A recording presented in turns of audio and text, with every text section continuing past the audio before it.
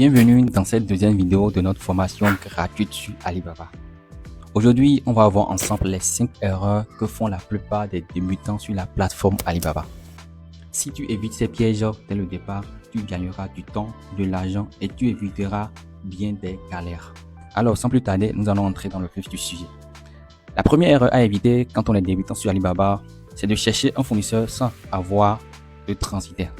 C'est-à-dire, si vous voulez, dès que vous allez commencer par discuter, avant d'entrer en discussion avec un transitaire, avec un fournisseur plutôt, il faut chercher d'abord à discuter avec un transitaire afin de maîtriser votre transitaire et d'être sûr que vous voulez travailler avec ce dernier.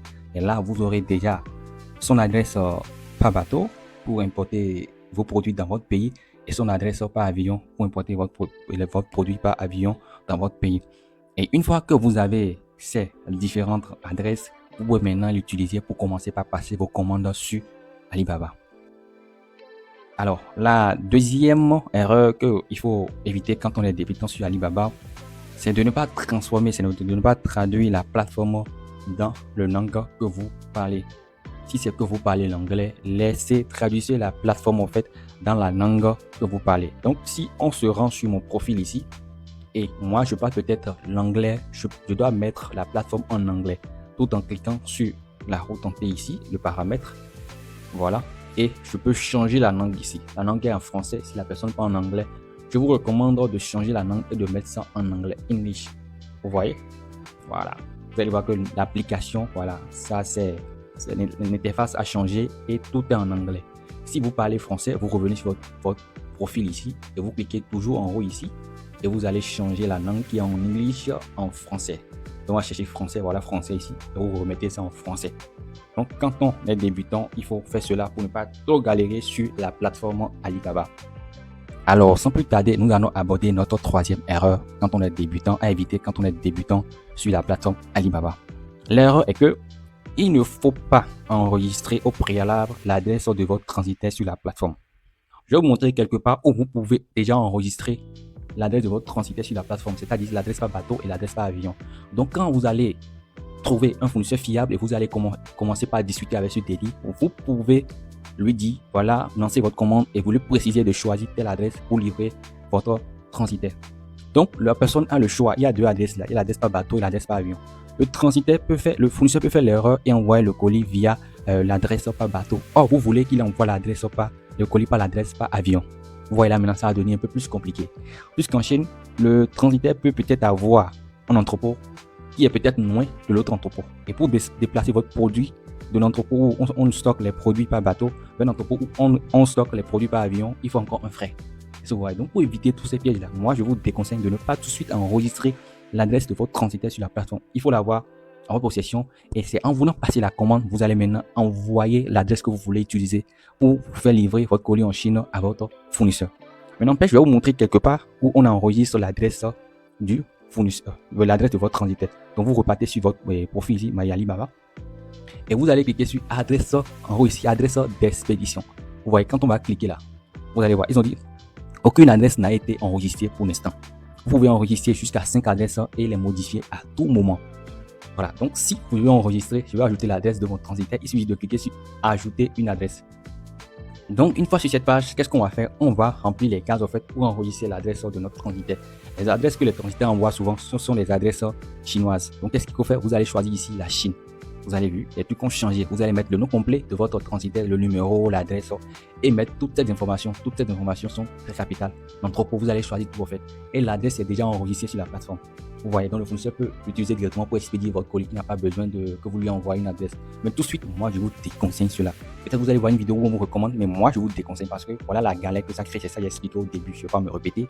Vous allez vous trouver, vous allez vous compliquer la tâche. Donc, je vous déconseille cela. Donc, quand on est débutant sur Alibaba, je ne vous recommande pas de faire une chose pareille. Alors, nous allons continuer dans notre vidéo et aborder la quatrième erreur qu'il faut éviter en tant que débutant sur Alibaba. L'erreur que tout le monde fait, dès qu'on arrive sur la plateforme Alibaba, qu'est-ce qui se passe? On prend l'exemple de ce produit qui est entre 4000 et 4032 et 4337. Directement, on pense que déjà le produit, ouais, c'est déjà à 4032 francs, ce produit. Or, c'est pas ça le prix idéal. Il faut forcément entrer en contact avec le fournisseur. Vous voyez, il faut entrer en contact avec le fournisseur pour connaître le prix idéal, le prix parfait de votre produit, quel est le prix réel de ce produit. Et c'est discussion sur discussion, vous allez maintenant connaître le prix réel de votre produit avec les négociations de prix. Donc, on va aborder tout ça dans les prochaines vidéos qui vont suivre dans notre formation. Donc, évitez ça, ne vous fiez pas aux prix qui sont affichés sur la plateforme. Entrez en discussion avec le fournisseur pour connaître le prix parce qu'il y a ce qu'on appelle aussi le MOQ, la quantité minimale de produits qu'un fournisseur est prêt à vous vendre. Un fournisseur vous dit que lui ne vend pas un seul produit, il faut toujours prendre peut-être 10 avant qu'on vous vend ce produit. Donc voilà un peu, donc il faut forcément entrer en contact avec un fournisseur pour connaître le prix réel des produits. Parce que si c'est que vous voulez payer un truc et vous vous fiez au prix ici, vous allez faire une fausse calcul après. Donc je vous déconseille cela. Alors en tant que débutant sur Alibaba, la 5e erreur qu'il faut éviter, il ne faut pas aller à la recherche du produit, aller à la recherche du fournisseur qui vend ce produit. Et c'est d'ailleurs le sujet de notre prochaine vidéo qui va suivre cette vidéo numéro 2, notre 3e vidéo, où on va parler de comment retrouver ou bien comment dénicher un fournisseur fiable sur Alibaba. D'abord sur la plateforme Alibaba, directement ici, vous voyez, ici maintenant je suis en train de faire la recherche des produits.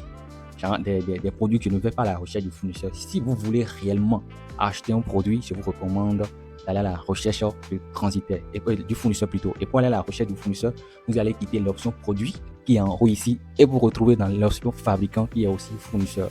On va cliquer sur fabricant en haut ici et vous allez voir les fournisseurs qui sont ici. Ne vous en faites même pas du tout. Dans la prochaine vidéo, je vais vous montrer comment dénicher un vrai fournisseur et commencer à commander vos produits. Et quand on a un vrai fournisseur, on a un bon prix et on a aussi un produit de qualité. Alors, on ira pas à pas sur cette chaîne. Vous allez maîtriser Alibaba comme un pro, tout gratuitement en fait. Donc, ne soyez pas pressés. Les vidéos vont suivre pas à pas et nous allons passer étape par étape jusqu'à maîtriser la plateforme Alibaba. Donc, ce sera tout pour cette vidéo. Si vous voulez continuer à apprendre et maîtriser Alibaba comme un pro, likez cette vidéo, abonnez-vous et surtout activez la cloche de notification pour ne pas rater la suite de notre formation. Et dites-moi en commentaire si vous avez déjà peut-être commis une des erreurs que j'ai citées ou peut-être si vous avez des questions, les commentaires sont là. Entrez dans les commentaires, posez vos questions et je serai ravi de vous répondre. Alors ce sera tout pour cette vidéo et je vous souhaite une bonne journée.